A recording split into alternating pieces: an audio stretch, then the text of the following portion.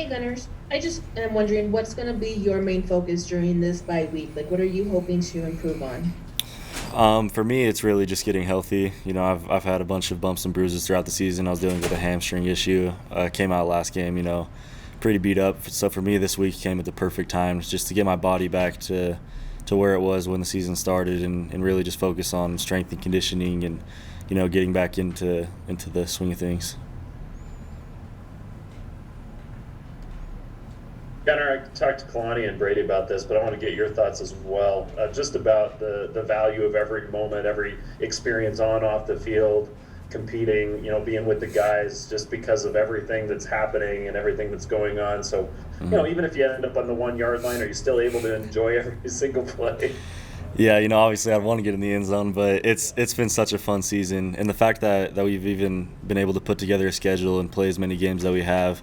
We always talk about how great how big of a blessing it is that we're one of the only teams that's played as many games that we have, and even when we have only a couple fans in the stands, it's been so fun, and this season's been so fun. I was talking with a bunch of dudes a couple of days ago, and we were just saying how this team has been one of the most close knit teams I've ever been on. Like, the brotherhood that we have is unreal, and so it's been so fun playing this year. Just the bond that we've all had. It's been a lot of fun.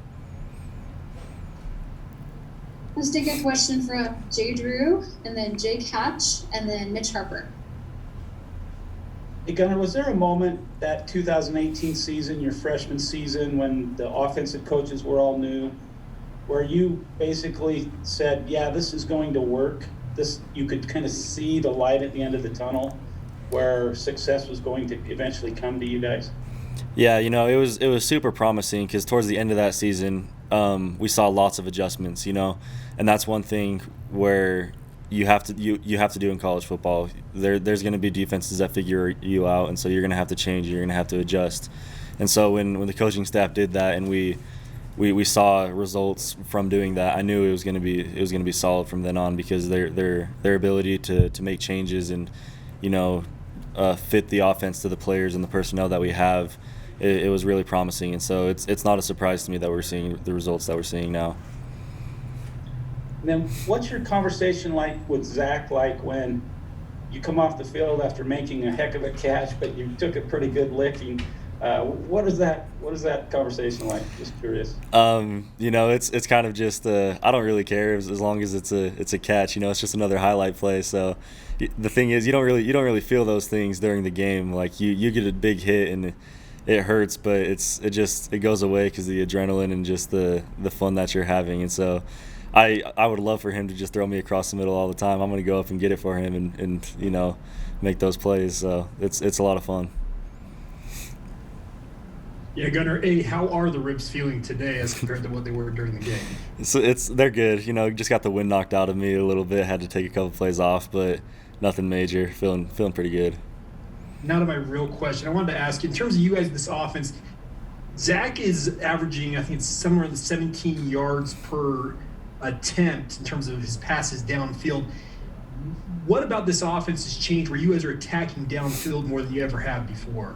Yeah, it's an aggressive mindset. We talk about that all the time, how we want to be one of the most violent teams in the country, and that entails blocking and being violent in the play, but it also entails the play calling and just being super aggressive, and that's what our coaches have done. They've called shots downfield, and we've been airing it out this year, and so we have some playmakers that can go make plays down the field, and so it's been a lot of fun. Gunnar, we saw over the weekend Zach give some praise to Aaron Roderick and being an influential person in his growth as a quarterback. I'm curious for you, you made a lot of strides this year. Who are some of the individuals you credit in your progression as a player this season in your career? Yeah, for sure, Fessy. Fessy's been there the whole time, coaching us up. Even during quarantine and stuff, I would always just text him and be like, hey, what can I work on? What do you think about this? What do you think about that? And he's always been there, just feeding me with information to help me grow. But also, some of the guys last year that played, some of the seniors, Talon, Aleva, and Micah, those dudes are huge for me, being mentors and teaching me the ins and outs of the game, really.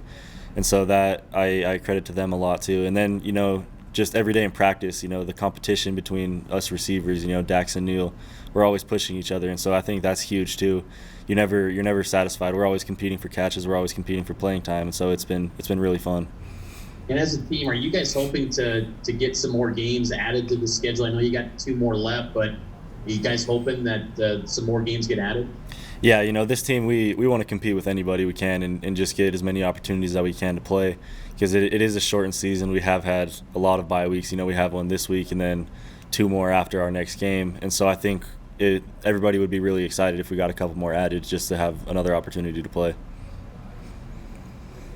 Okay, let's take a question from Tad Walsh and then Jared Boyd.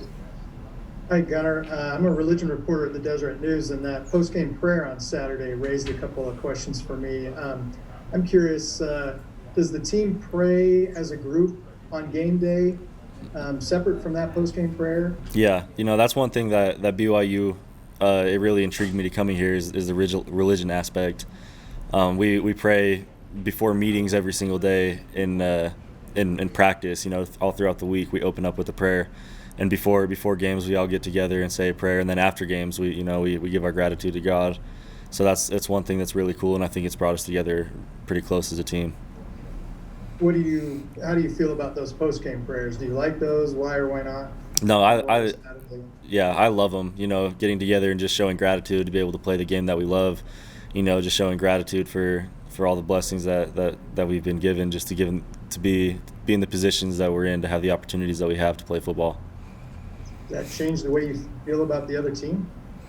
It's football's a competitive game, so you're competing, you're talking trash, you're fighting people on the field, but at the end of the day, it's just a sport, and so there might be hard feelings on the field, but once you get off the field, they're your brothers. You got to love them up a little bit.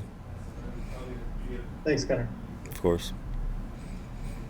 Gunnar, I joked about the 1 yard, 2 yard line thing, but I was looking at the red zone statistics that you guys have had this year, and some of those have been because the catches, you've put the offense in really good position. But how satisfying is it as an offense to have made such a jump as far as success in the red zone, getting into the end zone, and really turning those into touchdowns as often as you guys have? Yeah, I think that's one of the main differences from this team to last year's team. Is the red zone production, because we were able to move the ball last year. We just couldn't punch it in when it came down to it. But this year, that was a huge emphasis in preseason and the off season, was our red zone percentage and our red zone efficiency. And so just the fact that it's all paying off and that we're doing pretty amazing things in the red zone, it's really exciting, because when you do a super long drive and you march down and you don't put it in, it kind of takes the breath out of you, like the wind out of you for a little bit. You're like, man, like, it feels like it was all for nothing. But when you go down and it's almost automatic that you're scoring, you're going to get some points. It's really fun. So even if you don't get into the end zone, how nice is it to be confident this year? Okay, we're getting it in anyway. Yeah, no, it's sick. Like I said, all those 1 yard catches doesn't really mean anything because we're scoring anyways. So I'm cool with it. I'm happy. All right, I think that's all the questions for today. Thanks, Gunnar. Thank you. Appreciate it.